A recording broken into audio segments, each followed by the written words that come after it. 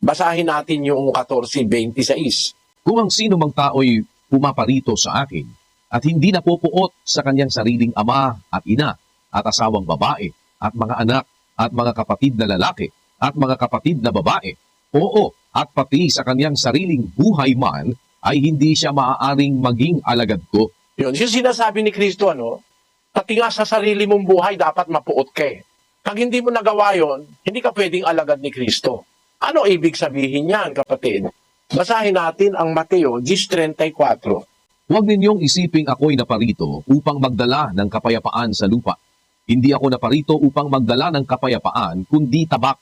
Sapagkat ako'y naparito upang papag-alitin ang lalaki laban sa kanyang ama, at ang anak na babae laban sa kanyang ina, at ang manugang na babae laban sa kanyang biyanang babae. At ang magiging kaaway ng tao ay ang kanya ring sariling kasangbahay.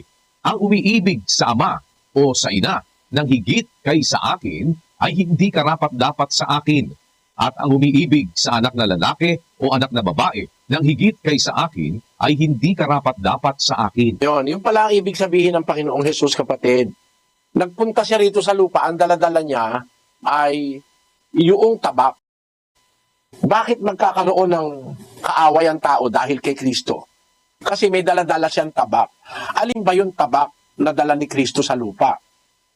Ang sabi doon sa Efeso, Kapitulo 6, versikulo 17. At magsikuha rin naman kayo ng turbante ng kaligtasan at ng tabak ng Espiritu na siyang salita ng Diyos. Ang tabak ng Espiritu, yung daladala ni Kristo, yun ang salita ng Diyos, kapatid. Sabi doon sa Sibuhano, sa Efeso, ug dawata ninyo ang salokot sa kaluwasan, ug ang espada sa Espiritu, nga mao ang pulong sa Diyos. Yung tabak ng Espiritu, yun ang salita ng Diyos. Yung daladala ni Kristo sa lupa. Pag tinanggap yun ng isang ama, tinanggap ng isang ina, pero hindi naman tinanggap ng anak, magkakaroon ng pagkakaiba yung anak at sa magulang. Magiging kaaway nung magulang yung anak nila dahil hindi naman tumanggap yung anak. Hindi rin, halimbawa, hindi naman tumanggap yung magulang magiging kaaway nung anak na tumanggap.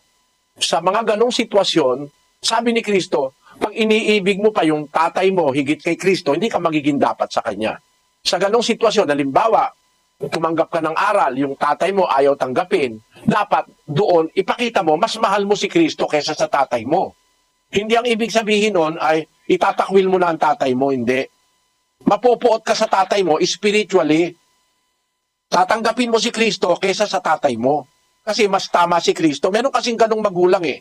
May magulang ayaw kay Kristo, pero yung anak niya gusto naman niya kay Kristo.